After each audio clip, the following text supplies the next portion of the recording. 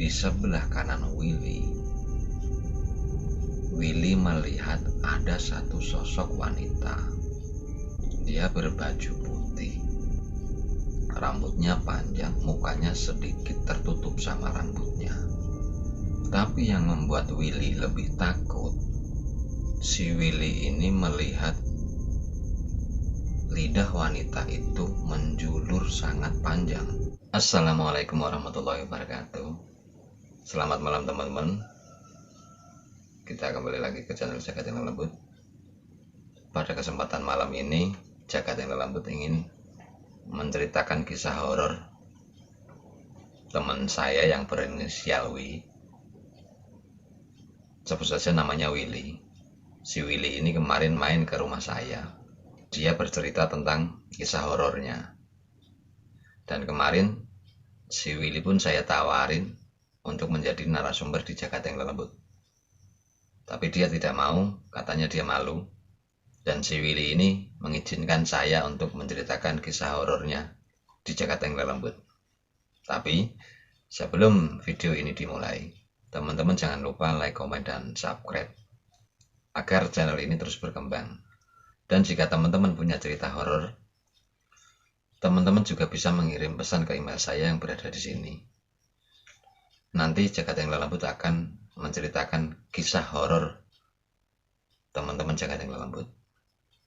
Oke, mari kita mulai kisahnya. Jagat yang Lembut, awet.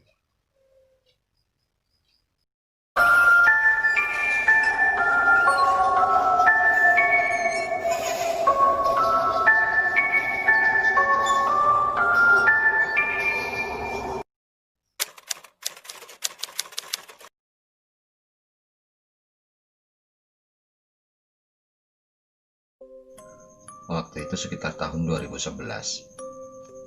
Si Willy ini baru menduduki kelas 2 SMA. Pada waktu itu Willy sekolah itu memang ngekosnya di daerah kota, yaitu di Purwodadi.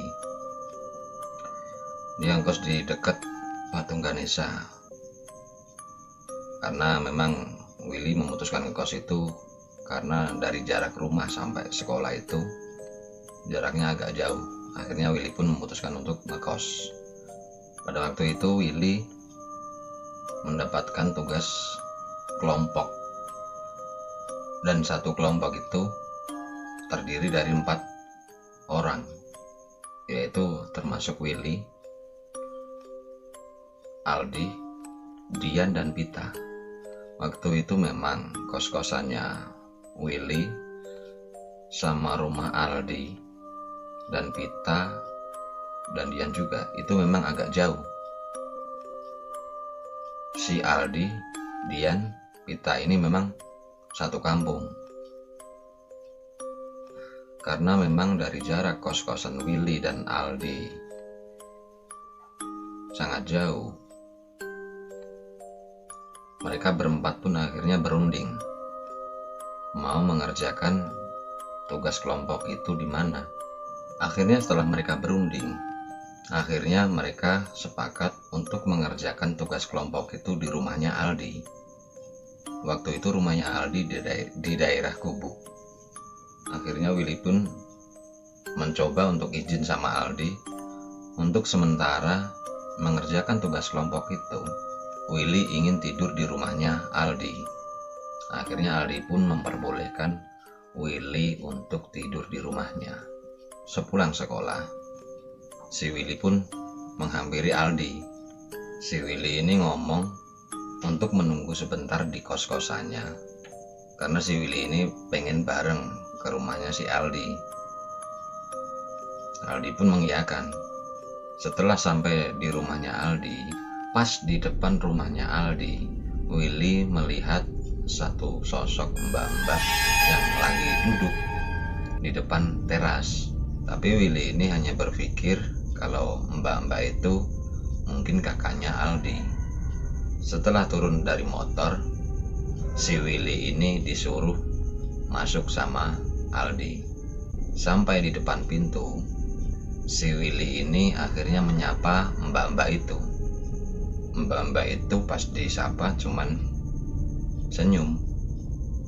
Nah, waktu si Willy ini menyapa mbak-mbak itu, Aldi pun tanya sama si Willy, "Will, kamu ngomong sama siapa?" "Ya itu kan ada kakak kamu lagi duduk santai di depan rumah." "Ya pastinya harus saya sapa. Masa saya ke rumah kamu melihat kakak kamu nggak saya sapa, nggak sopan dong." Begitu jawabannya si Willy. Karena si Aldi ini merasa tidak punya kakak, Aldi pun juga ngomong, "Kakak dari mana? Saya itu tidak punya kakak." Willy pun menjawab, "Lah yang di depan rumah kamu itu tadi siapa kalau bukan kakak kamu? Orang umurnya juga nggak jauh beda sama kamu kok, mungkin di atas kamu sedikit lah." Begitu jawabannya si Willy. Karena si Aldi ini memang merasa tidak punya kakak, Aldi pun menjelaskan kalau Aldi ini memang anak pertama dari keluarga bapaknya. Si Willy pun akhirnya tanya, "Lah itu yang di depan rumah itu siapa?" Aldi pun menjawab, "Di mana ada orang? Orang kita masuk tadi nggak ada orang di depan rumah atau di teras." Karena si Willy ini merasa melihat orang, akhirnya si Willy ini nggak jadi masuk ke rumah. Akhirnya dia keluar lagi untuk memastikan kalau di depan rumah itu memang ada orang. Setelah si Willy ini keluar, ternyata memang di depan rumah Aldi ini tidak ada orang. Akhirnya si Willy pun kebingungan. Sambil garuk-garuk kepala, dia masuk ke rumah lagi. Dan dia mengatakan sama Aldi, "Iya nggak ada orang, tapi perasaan tadi ada yang duduk di kursi di depan rumah kamu, yaitu mbak-mbak. Saya kira kakak kamu, makanya saya sapa." Setelah itu pun saya diajak Aldi untuk masuk ke kamarnya buat nempatin tas saya yang saya bawa dari kos-kosan. Setelah saya duduk sebentar di kamar Aldi, akhirnya saya keluar dari kamarnya.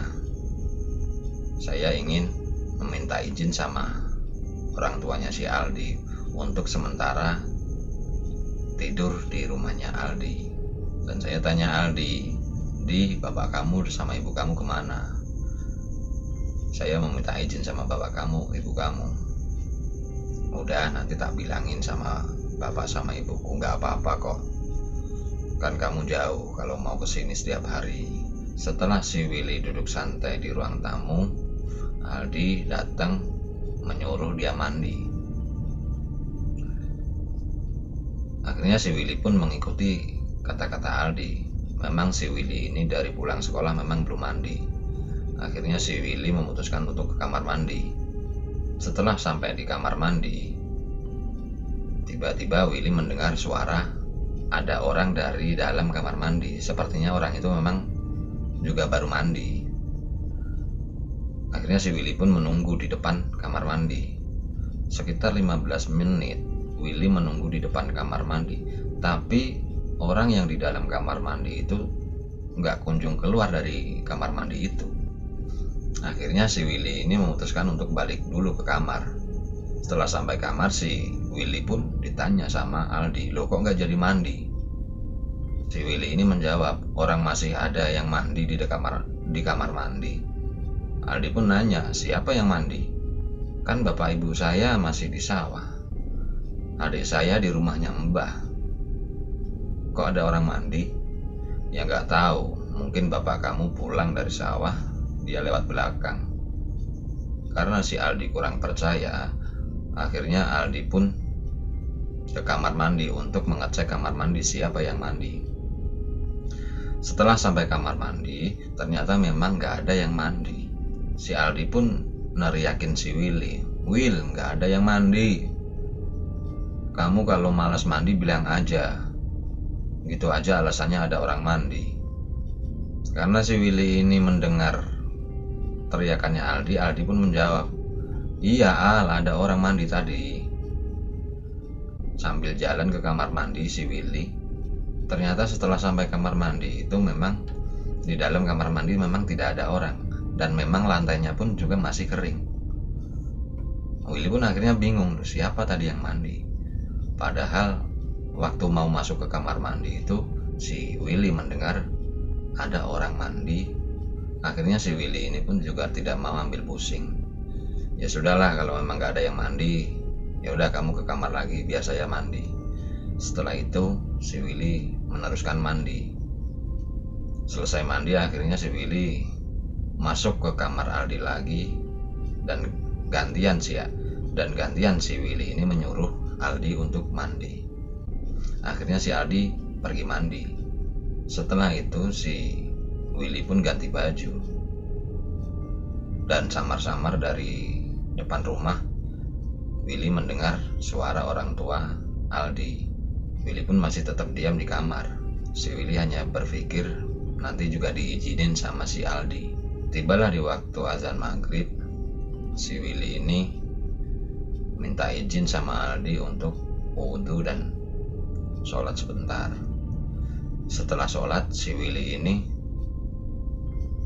pengen rebahan sambil nunggu Dian sama Pita. Enggak lama dari rebahan itu, tiba-tiba Willy merasakan ada hempasan angin yang menghantam dia. Dan seketika itu juga tiba-tiba si Willy ini tidak bisa bergerak.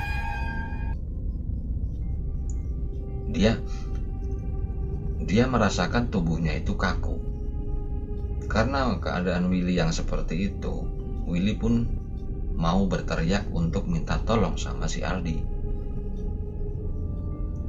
Ternyata usaha untuk teriak pun tidak bisa. Dia hanya terbujur kaku, berkedip pun susah. Enggak lama Willy dalam keadaan seperti itu, tiba-tiba Aldi masuk ke kamar, dan dia hanya melihat si Willy yang tidur. Tapi saat masuk kamar, si Aldi sambil ngomong, "Oh, anak ini baru kecapean, ya udah biarin tidur." Ternyata si Aldi ini melihat saya itu sedang tidur, padahal saat itu saya memang belum tidur. Saya masih sadar total, saya masih melihat semuanya, tapi si Aldi ini melihat saya itu sedang tidur. Akhirnya si Aldi pun keluar lagi dari kamarnya. Si Willy ini mau teriak, tapi sama sekali tidak mampu untuk mengeluarkan suara. Enggak lama dari Aldi keluar dari kamar, si Willy ini seperti mendengar bisikan. Bisikan itu mengatakan, "Jangan takut, Cah Bagus. Kamu mau kemana? Kamu di sini aja. Udah, jangan takut." Karena mendengar bisikan itu, si Willy pun kaget. Dia ingin mencari sumber suara itu dari mana, tapi badannya memang tidak bisa bergerak sama sekali. Azan Isya pun berkumandang. Si Willy ini berharap agar Aldi ini masuk ke kamar untuk membangunkan dia. Tapi Aldi pun gak ada masuk ke kamar. Setelah azan Isya sekitar 10 menit, samar-samar saya mendengar suara Dian dan Pita datang ke tempatnya si Aldi. Si Dian tanya sama si Aldi, "Willy kemana? Kok gak ada?" Si Aldi menjawab, "Dia lagi tidur. Kayaknya kecapean sih." Begitu jawabannya si Aldi.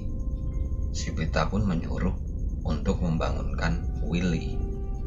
Benar, seketika saya disentuh sama si Aldi, saya langsung ada tenaga untuk berdiri. Melihat saya yang dibangunkan Aldi seperti itu, Aldi pun tanya, "Loh, kamu kenapa? Kok dibangunin tiba-tiba kayak gitu, kayak ketakutan? Kamu mimpi buruk ya?" Karena perasaan senang itu, si Willy masih belum bisa mendengarkan suara si Aldi. Aldi pun bertanya lagi, "Will, kamu kenapa? Baru saya sentuh kaki kamu kok langsung kamu bangun dan berdiri. Sepertinya kamu kok ketakutan." Karena mendengar pertanyaan Aldi seperti itu, Willy pun menjawab, enggak apa-apa." Si Willy ini menjawab enggak apa-apa itu agar si temennya itu tidak berpikir yang aneh-aneh. Setelah itu si Willy meminta izin sama Aldi untuk ke kamar mandi sebentar untuk cuci muka. Selesai dari kamar mandi, akhirnya keempat orang itu pun mulai mengerjakan tugas kelompok itu sampai sekitar jam 10 malam. Setelah selesai mengerjakan tugas kelompok itu, si Dian dan Pita pun pamit untuk pulang. Dan setelah itu si Aldi mengajak Willy untuk tidur, untuk istirahat. Si Willy pun mengiyakan karena si Willy memang merasa dari tadi memang belum tidur. Tapi si Willy ini gak tahu kenapa badannya bisa kaku seperti itu. Setelah itu mereka berdua masuk ke kamarnya. Aldi pun mengatakan, "Will, aku tak tidur dulu ya, aku udah ngantuk." Si Willy menjawab, "Iya gak apa-apa, kamu tidur dulu." Tapi si Willy ini juga akhirnya ikutan tidur. Tapi baru rebahan sebentar, kejadian yang sama itu terjadi lagi sama Willy. Baru rebahan sebentar, tiba-tiba si Willy ini merasakan ada angin yang menghempas ke tubuhnya, dan Willy pun akhirnya tidak bisa bergerak lagi. Seketika itu Willy makin panik karena si Willy ini berpikir nggak mungkin ada yang bisa menyentuh dia atau membangunkan si Willy ini lagi, karena posisinya waktu itu memang sudah malam. Si Willy ini terus mencoba untuk bergerak. Dia itu ingin berontak, tapi semakin dia memberontak, dia itu malah merasakan di dalam dadanya itu makin sesek. Gak lama kemudian, si Willy ini merasakan ada sentuhan tangan di kepalanya. Dan samar-samar, si Willy juga mendengarkan lagi suara, "Mau kemana, Cah Bagus? Udah di sini aja, kamu tinggal sama saya. Jangan lari, jangan takut. Aku tidak akan membunuhmu kok." Karena si Willy ini mendengar kata-kata membunuh, si Willy ini makin panik. Si Willy pun mulai mencoba untuk mencari dari mana sumber suara itu. Setelah itu si Willy mencoba untuk melirik ke kanan dan ke kiri, dan yang terlihat di sebelah kanan Willy melihat ada satu sosok wanita. Dia berbaju putih, rambutnya panjang, mukanya sedikit tertutup sama rambutnya. Tapi yang membuat Willy lebih takut, si Willy ini melihat lidah wanita itu menjulur sangat panjang. Akhirnya Willy pun semakin takut dan semakin panik. Dia bingung, dia harus melakukan apa. Willy pun mencoba untuk berdoa di dalam hati. Ayat-ayat apa saja yang dia ingat dibaca semua, tapi itu tidak membuahkan hasil. Dengan sekuat tenaga, si Willy ini mencoba untuk memiringkan badannya ke kiri, karena si Willy ini melihat sosok wanita itu ada di sebelah kanannya. Setelah badan Willy miring, si Willy ini merasa badannya didorong ke belakang sama Aldi. Akhirnya karena dapat sentuhan dari Aldi, Willy pun sanggup untuk bangun. Setelah Willy bangun, dia pun menoleh ke belakang, dan ternyata wanita itu sudah tidak ada. Badan Willy terasa penuh keringat waktu itu. Akhirnya si Willy pun memutuskan untuk keluar dari kamar Aldi. Setelah keluar dari kamar Aldi, Willy melihat ada satu sosok bapak-bapak sedang duduk di ruang tamu. Tapi Willy hanya berpikir mungkin itu ayahnya Aldi. Willy pun bertanya sama bapak itu, "Pak, belum tidur." Bapak itu cuma menjawab, "Belum." Tapi bapak itu juga tanya sama si Willy, "Kok kamu bangun?" Si Willy menjawab, "Iya Pak, badan saya gerah, makanya saya keluar dari kamar dulu cari angin." Bapak itu cuma menjawab, "Oh." Setelah itu si Willy duduk di ruang tamu. Tapi Willy pun juga merasakan aneh sama bapak itu. Setelah bapak itu bertanya, bapak itu cuma diam sambil menunduk. Ternyata kecurigaan si Willy benar. Si Willy melihat mata bapak itu agak berwarna merah. Akhirnya Willy pun memutuskan untuk kembali ke kamar Aldi. Dan Willy pun pamit sama bapak itu. Bapak itu cuman menjawab, "Ya." Setelah itu Willy mencoba untuk tidur. Tapi sebelum Willy tidur, dia berusaha untuk berdoa dulu agar tidak ada makhluk yang mengganggu Willy. Akhirnya sekitar jam 1 pun si Willy tidur. Dan alhamdulillah Willy bisa tidur nyenyak sampai pagi. Pagi harinya si Willy pun sama Aldi bersiap untuk sekolah. Tapi saya mendengar suara ibunya si Aldi memanggil kita berdua untuk sarapan dulu. Akhirnya Willy dan Aldi pun sarapan dulu. Sambil sarapan, si Willy ini tanya sama bapaknya Aldi, "Pak, tadi malam tidurnya jam berapa?" Itu pertanyaan si Willy. Dan bapaknya Aldi pun menjawab, "Enggak dek, saya tidurnya udah dari sore, habis isya saya udah tidur. Bapak kecapean kok kerja di sawah, makanya bapak tidur sore, habis isya bapak langsung tidur." Mendengar jawaban bapak itu, Willy pun akhirnya kaget. Untuk meyakinkan pertanyaan di dalam hatinya Willy pun bertanya lagi, "Lah bapak tadi malam kan duduk di ruang tamu, katanya bapak belum ngantuk." Bapaknya Aldi pun menjawab, "Enggak deh, bapak itu tidur dari sore kok. Kamu mimpi paling. Coba diingat-ingat lagi." Karena si Willy ini nggak mau ambil pusing, akhirnya Willy pun mengiyakan, "Mungkin iya Pak, saya mimpi tadi malam." Gitu jawaban si Willy. Akhirnya si Willy ini pun berangkat ke sekolah sama si Aldi. Sampai pulang ke sekolah, akhirnya si Willy pun pergi ke rumah Aldi lagi. Dalam perjalanan ke rumah Aldi, si Willy ngomong sama si Aldi, "Di, nanti malam aku nggak mau tidur di rumah kamu ya, aku mau pulang aja ke kos-kosan." Karena Willy mengatakan seperti itu, akhirnya si Aldi pun tanya, "Kenapa kok kamu nggak mau tidur di rumah saya, malah kamu pengen pulang ke kos-kosan, kan jauh?"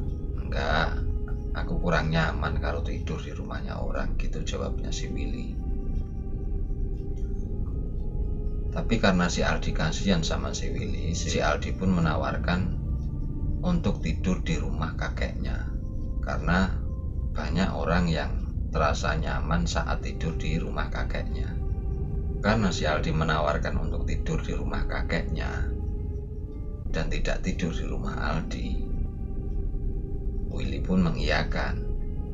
Setelah habis isya, seperti biasa si Dian dan Pita datang ke rumahnya Aldi. Setelah selesai jam 10, kedua temannya Willy ini pun berpamitan untuk pulang. Si Willy pun mengingatkan Aldi untuk tidur di rumah kakeknya. Si Aldi pun mengiyakan. Akhirnya si Willy dan Aldi pun berjalan ke rumah kakeknya Aldi. Jarak dari rumahnya Aldi sama kakeknya itu cuman beda satu rumah. Jadi ini rumahnya Aldi, rumah pamannya Aldi, dan ini rumahnya kakeknya Aldi. Aldi dan Willy itu pun berjalan ke rumah kakeknya Aldi. Pada malam itu akhirnya Aldi pun membangunkan kakeknya yang sepertinya sudah tidur. Dia mengetuk pintu rumah kakeknya dan berkali-kali diketuk, sepertinya kakeknya tidak mendengar. Akhirnya Aldi pun menawarkan Willy untuk tidur di rumahnya Aldi lagi. Willy pun menolak karena si Willy ini merasa trauma dengan kejadian kemarin malam. Si Willy pun ngomong sama Aldi, kalau memang kakek kamu nggak bangun Di, mending saya pulang aja. Begitu kata si Willy. Aldi pun bingung, kenapa si Willy ini tidak mau tidur di rumahnya Aldi. Karena si Aldi ini kasihan kalau si Willy pulang, karena keadaannya juga udah malam. Akhirnya si Aldi ini menggedor pintu rumah kakeknya. Dan samar-samar sepertinya kakeknya Aldi itu bangun. Setelah dibukakan pintu, kakeknya Aldi tanya, "Ono apa? Kok bengi-bengi gedor-gedor rumah si Mbah?" Si Aldi pun menyampaikan kalau Aldi sama Willy mau tidur di rumah kakeknya. Akhirnya kakeknya pun mengizinkan. Setelah itu disuruh masuk dan akhirnya si Aldi mengajak Willy untuk masuk ke kamar yang biasa dibuat tidur si Aldi waktu ke rumah kakeknya. Setelah terasa sedikit nyaman, akhirnya si Willy pun bisa tidur sampai pagi.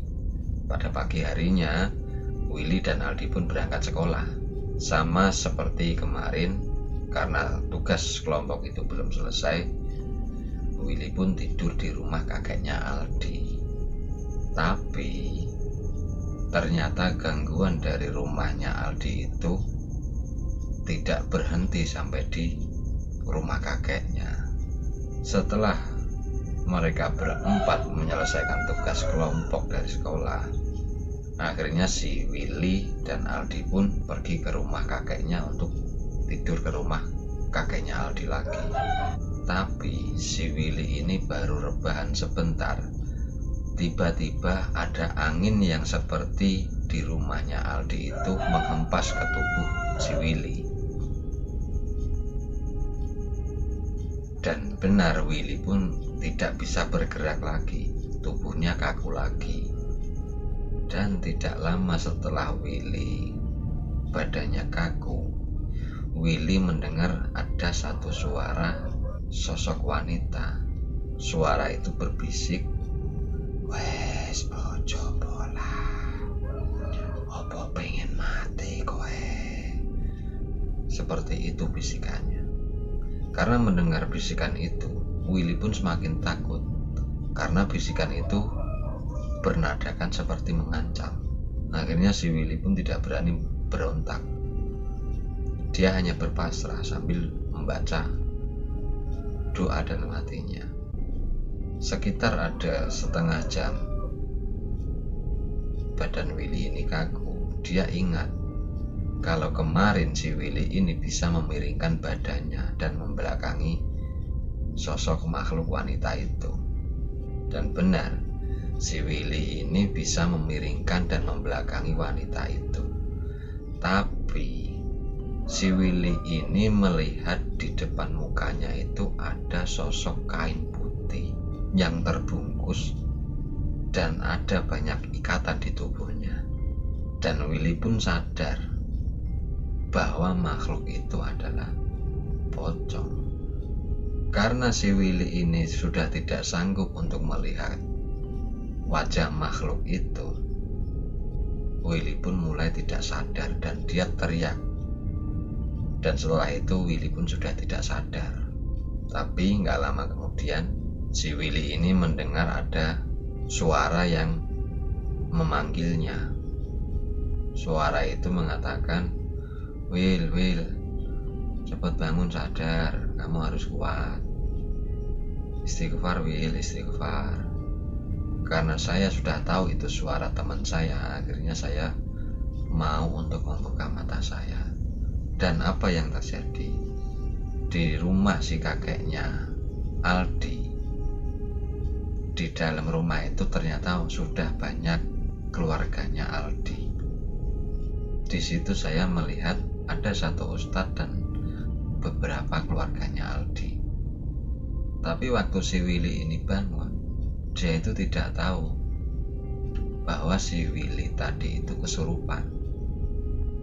Akhirnya si Willy pun tanya sama si Aldi, "Di, kok ada orang rame, ada apa ini?"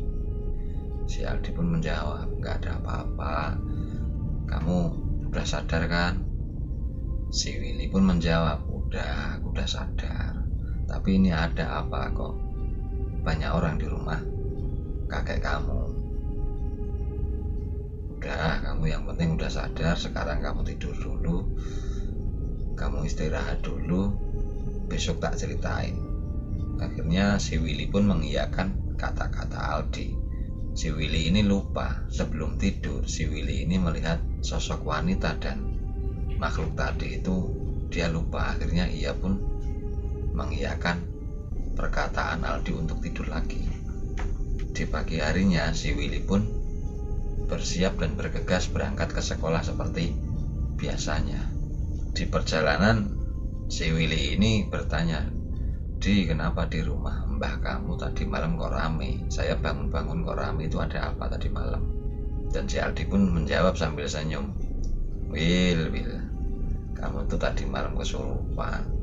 Dan seketika si Aldi mengatakan bahwa si Willy ini kesurupan, si Willy pun mengucap astagfirullahaladzim. Loh, kok bisa Di? Ya nggak tahu lah, kamu kenapa kok? Ya saya nggak tahu Di. Wong saya tiba-tiba bangun, ingatnya juga saya melihat saudara kamu itu di rumah mbah kamu, di rumah kakek kamu. Dan Aldi pun menjawab, oh gitu, ya udah nggak usah dipikirin. Yang penting kamu sekarang sudah sadar. Ya udah, kita berangkat sekolah lagi seperti biasa. Dan alhamdulillah tugas kita udah selesai, nanti kita berikan kepada Pak Guru. Dan setelah itu gangguan yang dialami Willy pun sudah tidak ada lagi, karena si Willy ini udah tidak pernah ke tempatnya si Aldi lagi. Dan cukup sekian cerita dari si Willy ini. Mungkin cerita ini memang tidak bisa diceritakan secara utuh, karena kata si Willy ini menyangkut privasi orang lain juga. Akhirnya si Willy ini lebih tidak menceritakan secara utuh. Tapi saya juga berterima kasih kepada si Willy karena dia bersedia untuk menceritakan ceritanya ini dan memberikan izin kepada saya untuk menceritakan kisahnya di Jagat Tinggal Lembut. Oke, mungkin cukup sekian dulu kisah horor dari Jagat Tinggal Lembut. Jika teman-teman juga punya cerita yang lain, teman-teman juga bisa kirim pesan ke email saya yang berada di sini. Nanti kita akan menceritakan kisah horor teman-teman di channel Jagat Tinggal Lembut.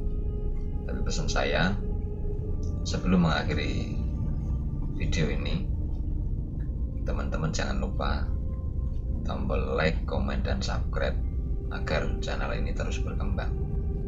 Dan pesan saya untuk teman-teman dimanapun Anda berada, jangan pernah lupa untuk berdoa, karena ada makhluk yang tak kasat mata sedang mengawasi Anda. Teruslah panjatkan doa di hati Anda. Salam Jagat Tinggal Lembut.